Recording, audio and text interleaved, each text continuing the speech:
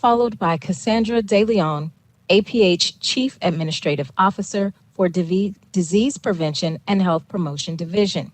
We will then open it up to our pool reporter who will ask questions on behalf of the media. Dr. Walks, over to you. Good morning, everyone. We've had several deaths this past week with 36 individuals passing, and I'd like to take a moment of silence to reflect on our neighbors, loved ones, and friends who have passed, and to think and pray for those who are struggling to recover from COVID-19.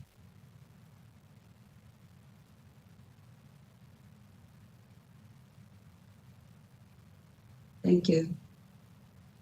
We now know that the Delta variant is a very different variation of the virus SARS-CoV-2, and it has impacted our community hugely in these past few weeks. We've surpassed previous spikes in new cases.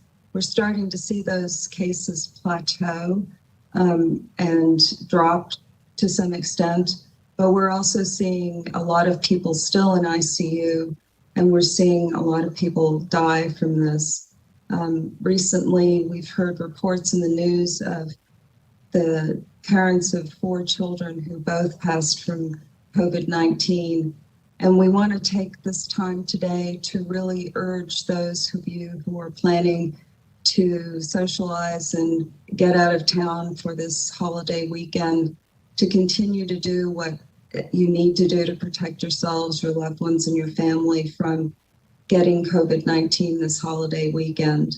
Wear a mask, socially distance when you're in crowds of people that you don't know. Please wear a mask. And if you haven't been vaccinated, please take the time to do so. We're seeing more individuals who are younger, unvaccinated, die from this illness who are perfectly healthy. And we really want to stress the importance of getting vaccine at this time. And with that, I'd like to pass it to Director Stir. Thank you, Dr. Walks. It's a sobering moment to realize that we've had 36 people die unnecessarily from COVID in the last week. And it's hard for me to celebrate the progress that we're making. You know, all of the numbers are showing that we are moving in the right direction. But those deaths weigh heavy on my mind because there's so much that we can do. The virus is changing and adapting. And we don't have to. We know what works. We've proven it. Masking, social distancing, avoiding large crowds, washing your hands, staying home when you're sick. Those are the things that we can continue to do. And more importantly, being vaccinated. When we are vaccinated, we give the virus less opportunity to replicate and for other mutations to come on the scene. If we want to go back to normal, it starts with this. Here's my cute little bee to make it convenient for me, right? So these are the things that we need to do as a community. And we're going to continue to come back and tell you that week after week until we reach the place where we have successfully protected our community from COVID-19. With that, I will pass it to Janet Pichette. Good morning, everyone. As we head into the Labor Day weekend, I wanted to mention 2 things. One, September marks the beginning of National Preparedness Month. And while you begin to take an opportunity to celebrate this weekend and rest up, I really do feel that you also should be considering self-care and preparedness for you and your family. And those are doing those things that are going to protect you from COVID-19. So if you are traveling out of town or participating in large gatherings and events, please be prepared, wear a mask, socially distant. As Adrienne mentioned, do those things that are going to protect you and your loved ones. We don't want to see any other preventable deaths occur in our community. We want our communities to be safe. You know, if you're sick, take the time to stay home and recuperate and rest. Consider getting a test if you're having symptomology that is indicative of COVID-19. So, what we found over the last week as we are continuing to investigate a large number of cases that we're seeing is that masking works. And, it's been debated over and over, but we are seeing in school districts where masking was implemented a much lower incident rate of COVID-19 among students and staff than those school districts where masking is not occurring or masking is optional. So do those things to prepare yourself and place you in a better position. Mask up, get vaccinated, socially distance, avoid touching your face, and just keep yourself out of harm's way and enjoy your weekend. And I'll turn it over to Cassie. Thank you, Janet. And I just want to reiterate again, it is very unfortunate as a public health official and as we work through this pandemic to continue to see individuals suffer and to continue to see individuals succumb to this disease. Unfortunately, many of us have been touched personally, and there is a lot that we are working through just to continue on. This disease is devastating. It's devastating to those families that are losing parents, those companies that are losing the head of their company and other coworkers. These are things that we never imagined could happen. And unfortunately now we're seeing parents having to deal with their own children being affected by this virus. We do have tools to help protect each other. And as we move forward, we are doubling down on just encouraging those to use those infection control measures. Regarding vaccine, for those that can get vaccinated, we know that majority of those that are suffering in the hospital and that are unfortunately passing away from this disease, majority are unvaccinated. So we know that that is an important tool to give a layer of protection against this virus. Austin Public Health continues to focus on that unvaccinated population. And I want to give a huge shout out to school districts that have hosted clinics at sites to really make sure that there's those cones of protection around for their staff and for their eligible children to get vaccinated. Leander ISD, for example, hosted a clinic with Austin Public Health, and we vaccinated over 100 individuals just this week. Then I also want to give a huge shout out to our vaccine strike teams. We know that many of those who are still unvaccinated just haven't been able to get to those clinics. And that's an example of, we've got a large population of homelessness, of individuals experiencing homelessness. This week, we had incredible stories of our strike teams going into homeless encampments, particularly under a bridge downtown in Austin, Texas, where there were 30 shots administered to those who may have had no other way to get to a vaccine clinic. And that's public health at its best, where we go and meet people where they're at. Our hope is that as we continue to vaccinate individuals, that we can continue to contribute to flattening the curve. We as individual citizens and residents of this county, all of those infection control measures also contribute to that.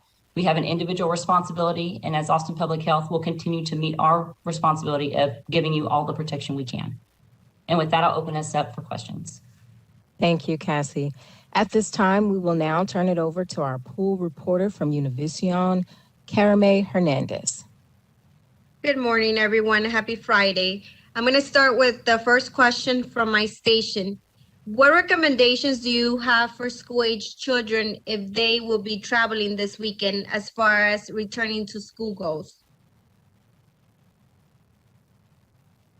Oh, you want to start, Dr. Wax? I can go ahead and start. For anybody who's traveling and in general, you need to wear a mask, especially if you're on public transportation. You need to avoid crowds and social distance, and you need to be aware of what laws and recommendations are in the destination locations that you're going to be visiting. If a child and family members are fully vaccinated upon return after travel, they need to self-monitor themselves for symptomology, and if they begin developing symptoms, they need to consider getting tested as soon as possible. If individuals are not vaccinated, they should get a baseline test before they travel. Some locations are requiring a negative viral test before traveling to some locations.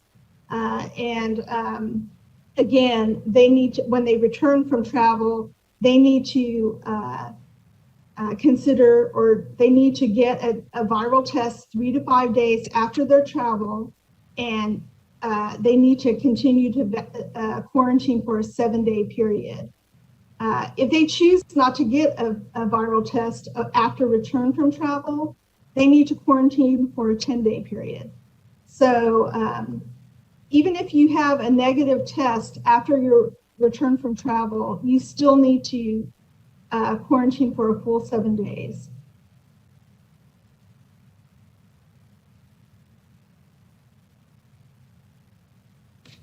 I would just add to that, thanks, Janet, that when you come back from travel, and if you've been traveling anywhere in our country in particular, we are all at all parts of our country experiencing high levels of community transmission.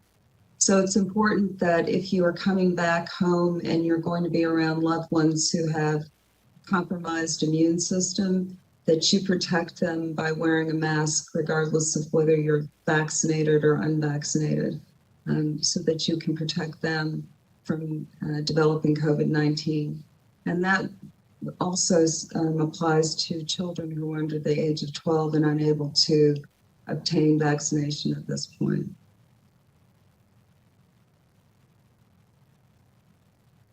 Next question from CBS Austin. Last Labor Day weekend did not turn out to be a super spreader holiday. In fact, it had little impact on cases and hospitalizations. Do you think this Labor Day will be different, and why? We're going to have a different outcome this time because last year school was not in session and we were dealing with a virus that was not the Delta variant of COVID-19, which is much more transmissible. We're going to have a different outcome this year because we have vaccines in place and we have certain individuals who are unvaccinated. So it's important that everyone wear masks if they're indoors, and if they're outdoors in places where they're unable to effectively social distance, masking is going to be important so that we do not increase our numbers. And that particularly goes for places where you're going to have your mask off because you're eating and socializing, like tailgating parties. So it's really important that if you're unprotected by vaccine, that you avoid situations where you put yourself in danger of getting COVID-19. And if you are going to be in a situation where you're going to be in crowds with people that you are not living with and are unvaccinated or you're unknown, we don't know what their vaccine status is, that you wear a mask and socially distance when possible. And I'll go ahead and add that, differences between last year and this year. One thing that isn't different is our message. Our message is to, as Dr. Walks mentioned, wear a mask, make sure you're doing all that you can to protect yourself and your loved ones, socially distance. If you're gathering, avoid crowds and things like that. I mean, differences, we're much more open than we were last year, where there may be more people congregating in situations and that type of thing. We don't want it to be a super spreader event. The potential is still there. So if we want a repeat of last year where we don't have a sharp increase after a holiday event like this weekend, we need to make sure that we're doing the right things. The difference this year, we have vaccines available too. Go ahead and get vaccinated. Take the time this weekend to do what you can to protect yourself.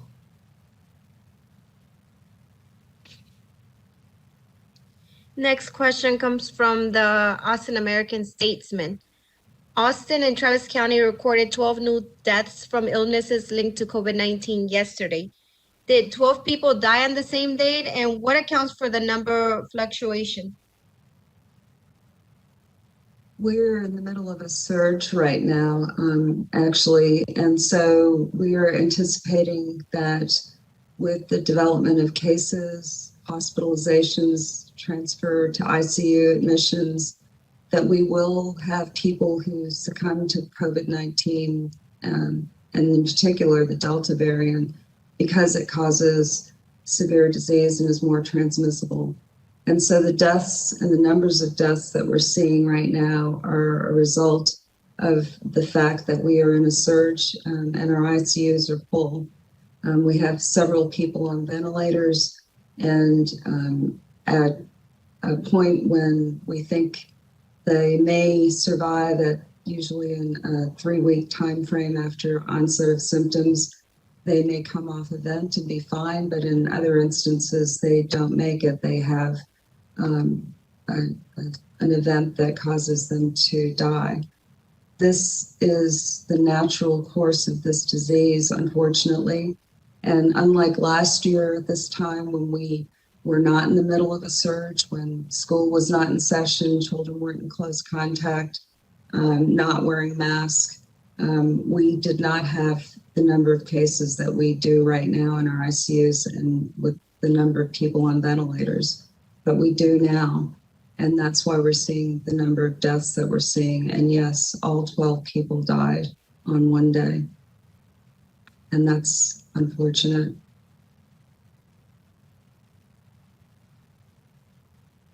Next question comes from KXAN. In a briefing earlier this week, Dr. Walks showed only 9% of the community being vulnerable, 10% partially vaccinated in a progress to herd immunity report. Does that mean we're already at roughly 80% immunity? And how far away are we from herd immunity?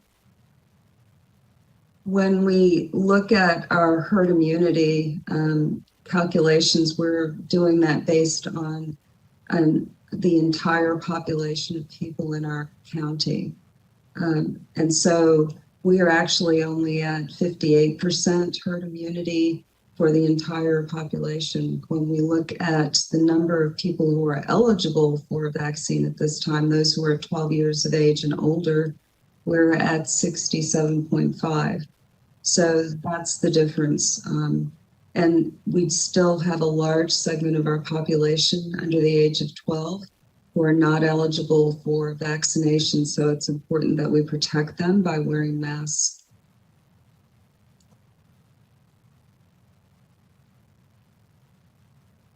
Next question comes from Austin Chronicle. According to data tracked by the Texas Department of State Health Services, about 67% of Travis County vaccine eligible population is fully vaccinated. The local goal is to have 70% of Travis County population fully vaccinated by Labor Day. How confident is APH that we'll reach that goal? We are hoping that we'll continue to see folks get vaccinated throughout the weekend, and we'll get closer and closer to that goal. It is something we really want to see. It's a little over 20,000 individuals that would need to get vaccinated, but we hope that folks will take that opportunity and get the vaccine. Austin Public Health has our clinics open today and tomorrow, as well as many clinics throughout the community has vaccine available. So we really want to encourage folks to get vaccinated and to be able to have that full protection from this virus. Next question, we're gonna skip KVUE. They don't have anything. We're gonna go with KUT. Is APH concerned that Saturday's UT football game at home with a full stadium and no mask requirement will be a super spreader event? I'll say that anytime you have a situation where you have a lot of people gathering, happen as they enter a stadium, exiting the stadium, there's always a potential for increased disease transmission in those scenarios. And so, yes, I am concerned that it could lead to unnecessary exposures if people don't take the right precautions. There is concern when there are large gatherings of people who are a mixture of unvaccinated and vaccinated individuals, and that is why we have recommended masking for everyone in crowds of people that are not living together in one setting. We've asked for masking because it does stop the spread of COVID-19. I would urge those who are going to the game to check yourselves by testing yourselves. If you feel like you have any symptoms that you think might be allergies, go ahead and test yourselves. And if you're sick, stay home. If you're positive, for sure, stay home and seek medical attention early so that if you are qualified for monoclonal antibody therapy, you can go and have that done. The tailgating parties are the places where we're really, really concerned that there may be some transmission, because those are situations when people will be close together, in close contact, congregating, likely unmasked, and for long periods of time. So if you're not protected by vaccine, or even if you're vaccinated and you have any comorbidities that put you at risk for severe disease from COVID-19, you should avoid those situations. We want this to be a successful game for our UT fans, but masking is really going to make a difference, and people staying home if they're sick is going to really help to make this a success for the team and for us at Public Health, because we don't want people to get sick, and we'd like to see it be a good experience for all. Thank you. I'm about to start reading the second question. With kids back in school, do you have a plan for possible flu outbreaks or respiratory illnesses that we tend to see during the fall? So I'll answer that question, or start off with that. So every October in the city of Austin and Travis County and throughout the state marks the beginning of flu season. And during that time period, local health departments are responsible for beginning the surveillance of flu and influenza-like illness. So we do have a plan. It's something that we've had in place for many, many years, and we work with those partners who may have surges or outbreaks in certain specific settings. Not only are we looking at flu in those time periods, but we're looking at other respiratory viruses that may contribute to, like I said, influenza type illnesses that are even similar to COVID. I think one thing we found out from last year was that because we had low number, or people were actually masking, we had a very, very insignificant flu season. And so we had fewer cases than we've ever seen in the time that I've worked at Austin Public Health. And I'm going to attribute that to people taking those precautions that are recommended for COVID. Those are also recommended for all respiratory viruses and help reduce and prevent transmission of disease. And I think it did impact flu season last year. I would just add that last year, as Janet mentioned, we had the lowest number of flu cases on record. And it really is because we did masking, social distancing, and hand washing. This year we are opening school and we're not seeing those practices in place. And it's important that moving forward that we do that, not only to protect against COVID-19, but the flu as well. And in this instance, we have to do masking to protect our children under the age of 12 who are still unable to receive vaccine, and then make sure that everyone goes out and gets their flu shot. Next question comes from CBS Austin. What is your reaction to the breaking news this morning? The top federal officials have told the White House to scale back plans to offer booster shots in September.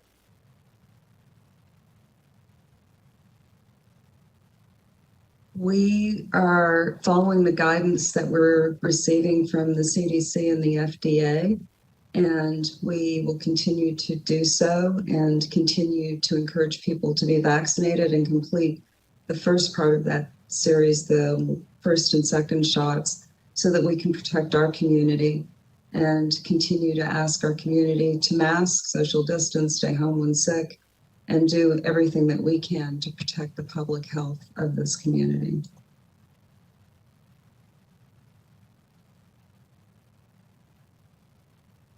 Next question comes from the Austin American Statesman. Information has been circulating among communities about a horse deworming medicine being used as a COVID-19 treatment. For those who may not have all the information, why is that treatment not a healthy option? Ivermectin is a dewormer that's used in cattle and livestock to prevent infections from worms.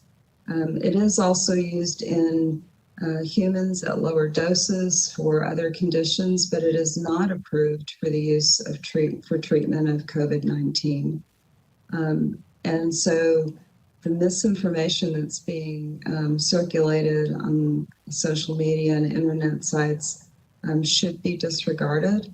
The CDC and FDA do numerous investigations before they approve medications for use for treatment of COVID-19, and ivermectin has not been approved for that. We do, however, have treatment for COVID-19 that does not require hospitalization. That's something that can be offered to people who are eligible for that because they have a risk of developing severe disease, and that's monoclonal antibody therapy. And we have that available here in Travis County. You contact your healthcare provider and see if you're eligible for it. It's better to have it done earlier than later after development of symptoms. It can be done up to 10 days after the onset of symptoms. And it is something that will reduce the risk for people being hospitalized by 70%. And since August 16th, we've given 767 people IV monoclonal infusion therapy, and that's had a good impact on our current situation in our hospitals and has been able to help reduce the number of hospitalizations. So if you feel sick, get tested. If you're sick, stay home. And if you do have COVID-19, please contact your healthcare provider and see if you're eligible for monoclonal antibody therapy.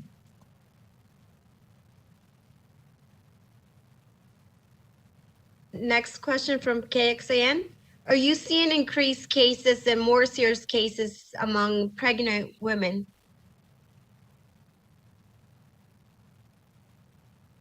Yes, we are seeing more serious cases in women who are pregnant, and there are several complications that occur in pregnancy for women who do develop COVID-19. We've had some women who've had to be on life support and in ICU, and we've actually had some who've had to deliver while they were sick in ICU. So we really encourage women who are pregnant to go and get vaccinated. It is something that's supported by the American Academy of Obstetrics and Gynecology.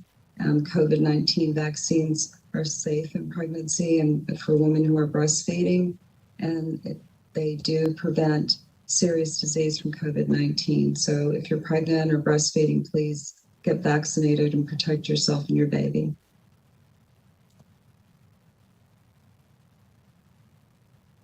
Next question from Austin Chronicle. APH has attributed the recent plateau in COVID hospitalization to behavior modifications, that is masking, staying home if sick, rather than an increase in vaccination. When does APH expect to see the impact of increased vaccinations on local case numbers and hospital admissions? We're going to see, we are seeing an impact in vaccination rates to some extent from those that have been vaccinated before the surge began. The impact that we'll see from people who are currently receiving vaccines will occur after their vaccines have been fully protective, which means 14 days after that last shot has been received of the 2-shot series. We are hopeful that people will continue the behavioral changes as well. Masking is not only important for those who are unprotected and unvaccinated, but it's also because of the Delta variant's increase in transmissibility and the fact that it's been shown to cause mild or asymptomatic disease in unvaccinated and some in vaccinated people, but it's also been shown to cause some severe disease in those who have comorbidities that make them at higher risk, even though they're vaccinated. So the protection of the vaccine is there, and it is important that we also protect ourselves from spread by wearing masks. So it's not an either or, it's a yes and. Great. This is the last question from KUT. How many vaccine doses allocated to APH have been wasted because they spoiled, expired, or no longer viable in, say, the last week and cumulative? How successful has APH been in any efforts to limit that loss? I'll respond. Early on in the vaccine effort, we had to really make sure, because there was such a limited amount of vaccine available, that we had no waste. And we tracked waste to make, and any vaccine that we had, we made sure that we tried to find an arm that was available for that. Later, as the vaccine supply became much more plentiful, the CDC and the Department of State Health Services relaxed those provisions about waste and ensuring that it was more important to vaccinate a person that needed the vaccine than potentially wasting vaccine in the vial that did not have individual arms available. We continue to work, and we want to never have waste whenever possible. But we also know that making sure that the person who is presenting to us and is wanting the vaccine, that's the priority. And so we do track waste. I don't have that figure available at this moment, but that is a figure that we can definitely share how much waste has attributed this week and what we have seen cumulatively. But again, the focus is on getting people vaccine and ensuring that those individuals that waste does not become a barrier to individuals getting vaccinated. Thank you for that. Now we will move on to our closing remarks. Dr. Walks. So I'd like to leave you with this thought. We're getting ready to go into a 3-day weekend for rest, relaxation, and fun with our families. Let's do it safely. Let's wear masks. Let's be in crowds of people that are known to us. Stay in our bubble. If you're going to go out, make sure you wear a mask. Try to avoid situations with large crowds of people and areas where you're going to put yourself at risk for contracting COVID-19. It's really important to remember that masks stop the spread of this disease, and crowds where you're close to other people make it really easy for you to get sick. School's in session. We're seeing so many more cases, 817 more cases last week in schools having to close classrooms, and people going into hospital and dying, young people dying, leaving their kids without their parents. These are all situations that impact our community and impact our ability to make decisions about what we're going to do to keep our businesses open and our events going. And it's all part and parcel of how we're going to move forward. And we can do it together by the behaviors that we've put in place. We've started masking. We've started to make sure we're not getting out into the community when we're sick. We're wearing masks to protect our children. We need to keep doing those things. The curve's showing us that that works. And in order for us to keep going forward and looking forward to the things that we love to do in the seasons ahead, we're going to have to keep doing those things. So I ask you to have a safe holiday weekend, and you might want to stay out of those tailgate parties if you're not protected by vaccination. Watch the game at home, but have a good weekend. Thank you, Dr. Walks. From the time we're small, like kindergarten, it's all about learning your individual strengths and talents, but becoming part of a social group. And in every stage of our development, the things that we teach our kids, we teach them how to be leaders, but also to be a responsible part of the collective. We teach them the importance of delayed gratification, making short-term sacrifices for long-term goals. This is the time as a community that we need to enact all of the things that we instill in our children. If we're talking about modeling for our children, this is the moment we model and protect. And so the short-term goal is masking stops the spread. If you feel you need to be out in a social gathering, please wear your mask. Vaccinations protect us long-term. So please, if you have not gotten your vaccination, go and get one today. Those are the two things that I want you to remember this weekend. Masks stop the spread, vaccines protect. Thank you. And I'll just add on to what both Dr. Walks and Adrian had to say, in that, as we start the month of September, which is National Preparedness Month, make a plan and prepare yourself. That includes self-care for you and your family. But be sure that you are masking and you have a plan to keep you socially distanced from people if you are exposing yourself unnecessarily.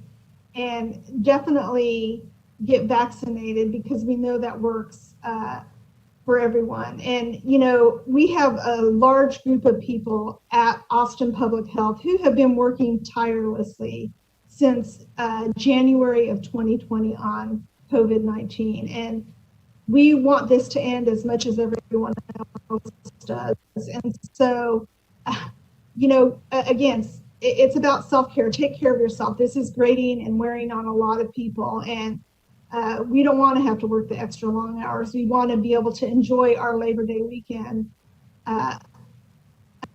Unfortunately, we have people that are going to be working through the Labor Day holiday to continue to investigate these cases of disease. And so as you go out and celebrate the holiday with your family and friends, stay safe and mask up, Austin. Thanks.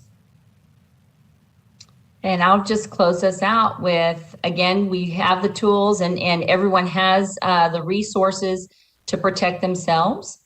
If you are needing a vaccine, or if you have a loved one who needs a vaccine, There are many locations available. Many of the pharmacies, HEB, grocery stores have vaccine available. Also, public health has vaccine available. So this is an opportunity to make the most of your weekend. You've got 3 days to get that done. Just make sure that you have that layer of protection, and you can have more confidence. And as you go about your daily life, that you have that layer of protection, as well as layering in the masking, the social distancing, the hand washing, all of those other protections that we know that we can do to protect ourselves from this virus. And with that, I wish you a great weekend, and hope everyone has a healthy and safe holiday. That concludes our media availability for today. Thank you to Dr. Desmar Walks, Interim APH Director Adrian Stirrup, Chief Epidemiologist Janet Pichette, Cassandra De Leon, APH Chief Administrative Officer for Disease Prevention, Health Promotion Division, and to our pool reporter, Kara May Hernandez from Univision. Thanks for joining us. Have a safe weekend.